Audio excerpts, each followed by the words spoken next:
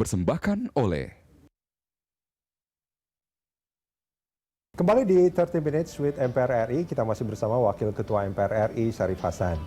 Pak Syarif Hasan, ini kalau kita bicara soal demokrasi, ini selalu kalau boleh disebut sebagai apa ya, mungkin penyakit di hampir semua negara demokrasi mungkin saat ini adalah selalu ada berita-berita yang menyimpang, hoax. Nah, terus kemudian ya banyak, apalagi kalau di soal COVID nih, ada istilah namanya infodemic. Itu banyak informasi-informasi yang beredar, entah kebenarannya, nggak jelas dan segala macam. Betul nggak kalau saya sebutkan bahwa berita-berita seperti itu sangat mengganggu sebetulnya dalam demokrasi, Pak Syarif? Saya pikir saya setuju, Pak Rudi, ya, itu sangat mengganggu. Karena kalau pada level tertentu, masyarakat tertentu, itu mereka tidak bisa membedakan mana yang benar dan mana yang hoax. Mana yang palsu, mana yang rekayasa dan sebagainya.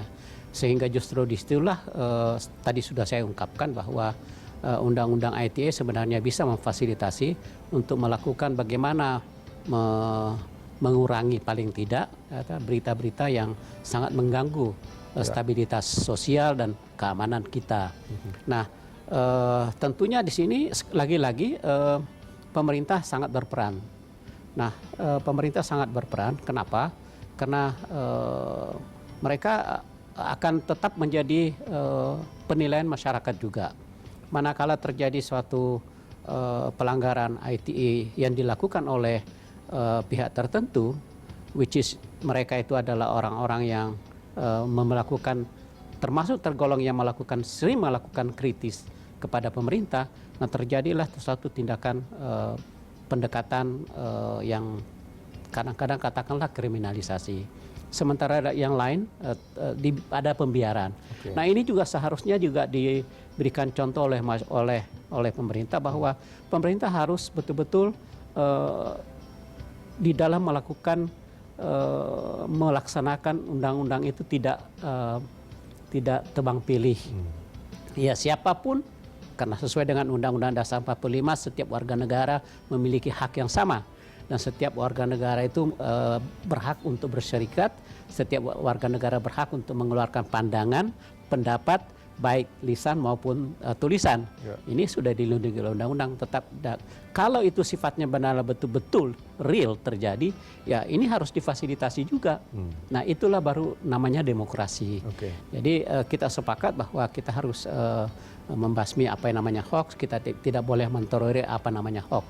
Dan yang kedua, kita harus memang sering-sering melakukan sosialisasi kepada masyarakat untuk tidak mentransfer atau mengunyah begitu saja setiap informasi yang ditengarai adalah hoax. Nah, salah satu indikasinya bahwa manakala itu menyangkut tentang komitmen pemerintah, maka pasti dipastikan itu adalah banyak tendensinya itu adalah yang tidak benar. Nah, yang kedua adalah bahwa manakala itu adalah sifatnya kritis kepada pemerintah, tinggal kita lihat sejauh mana. Karena kita kan boleh kritis kepada pemerintah, tetapi ada tatanan atau aturan yang harus kita ikuti, ya kan? Nah, lain kalau sifatnya kritis yang sangat tidak membangun dan kritik yang membangun. Kita harus bisa membedakan. Nah, dengan kalau itu sifatnya sudah tidak membangun, tentunya itu lebih banyak berita-berita yang kurang bisa dipertanggungjawabkan. Ini seperti nyinyir atau mencibir gitu ya, bukan kritik tapi lebih banyak mencibir. Kita kan ini masyarakat Indonesia itu kan masyarakat Pancasila, ya. Makanya MPR di sini selalu mensosialisasikan 4 pilar MPR itu ya kepada seluruh rakyat Indonesia, bagaimana kita bersikap. Kita harus kita boleh mengeluarkan pandangan dan diberikan oleh keleluasaan oleh undang-undang, tetapi tentunya ada etika yang harus kita ikuti. Nah, saya pikir kalau itu kita lakukan, insya Allah kita akan membangun bangsa ini ke depan yang lebih bagus.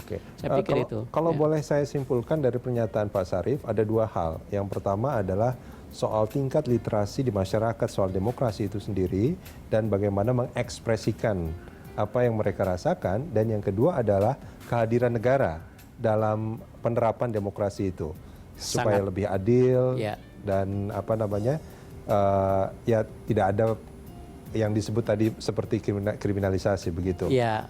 Oke. Nah, dari dua hal itu, kalau ini kan sebetulnya berlangsung sudah cukup lama, Pak Syarif. Artinya kalau kita melihat dari 2 pilpres sebelumnya misalkan, itu banyak orang yang pada akhirnya kena undang-undang ITE. Tapi sampai sekarang itu juga masih aja ada yang kena undang-undang ITE. Nah, ini kalau menurut Pak Syarif, apa yang menjadi masalah? Apakah memang karena kurangnya ketegasan negara, atau karena memang tingkat literasi masyarakat yang mungkin kurang begitu memahami, atau bagaimana? Banyak faktor nih Pak Rudi yang bisa mempengaruhi sehingga beberapa orang di antaranya yang tetap melakukan suatu kritis yang sifatnya sudah tidak normal. Pertama adalah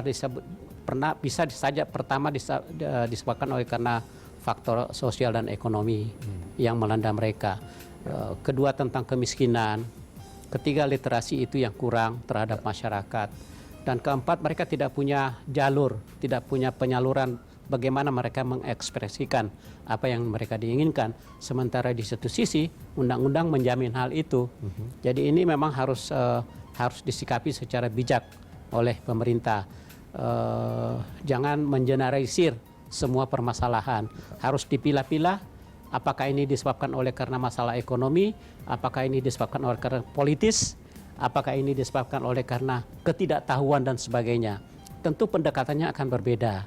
Nah, saya pikir pemerintah, lagi-lagi kita mengharapkan pemerintah, tentunya stakeholder lainnya untuk bersama-sama mengawal demokrasi kita ini ke depan yang lebih bagus. Saya pikir kalau itu kita lakukan, insya Allah rating indikator ekonomi kita, indikator demokrasi kita akan semakin naik ke depan. Saya pikir itu. Ada satu hal yang cukup menarik dari pernyataan Pak Syarif. Misalkan ketika masyarakat sipil itu tidak punya ruang untuk menyalurkan aspirasinya, bukankah sebetulnya selain lembaga-lembaga sipil, civil society dan segala macam, partai politik juga harusnya kan berperan di sana untuk menangkap aspirasi masyarakat, untuk mewakili mereka kan? Nah, menurut Pak Syarif, apakah memang peran partai politik sebagai pilar demokrasi juga, itu memang saat ini kurang maksimal untuk menangkap aspirasi masyarakat, atau bagaimana? Ya, saya pikir memang saya setuju bahwa sebenarnya partai politik di sini harus bisa mengambil peran. Ya, tetapi yang terjadi sekarang ini, Pak Rudi, partai politik yang ada mensuarakan suara masyarakat yang tidak puas terhadap situasi dan kondisi yang mereka alami ini sangat terbatas. Nah, ya katakanlah sekarang di koalisi pemerintahan sekarang ini hanya 2 partai yang jelas di luar pemerintahan, Partai Demokrat dan Partai PKS kalau tidak salah ya. PKS pasti tetap di luar. Kami melihat bahwa masyarakat ada yang menginginkan untuk diperjuangkan harapan mereka. Dan harapan mereka ketidakpuasan terhadap situasi yang mereka alami. Katakanlah kemiskinan, katakanlah pengangguran. Sekarang sudah semakin meningkat akibat daripada COVID. Nah, inilah suara-suara yang kami ditampung oleh Partai Demokrat untuk diperjuangkan. Nah, Pak Rudi juga bisa lihat bahwa manakala itu disalurkan kepada partai koalisi pemerintah, tentunya tidak senyaring atau tidak sesering kalau disuarakan oleh Partai Demokrat, saya pikir itu. Nah, itulah fungsinya terus terang saja check and balance. Nah, check and balance itu sebenarnya adalah salah satu pilar bagaimana meningkatkan proses demokrasi. Karena check balance itu adalah memberikan informasi apa yang sebenarnya yang diinginkan oleh rakyat, apa sebenarnya yang perlu ditingkatkan oleh pemerintah di dalam hal melayani kebutuhan rakyat. Nah, itulah check balance yang harus lebih banyak ditingkatkan. Baik, Pak Syarif, kita jeda sebentar. Kita akan lanjutkan di segmen berikut. Pemirsa jangan kemana-mana, kami akan segera kembali.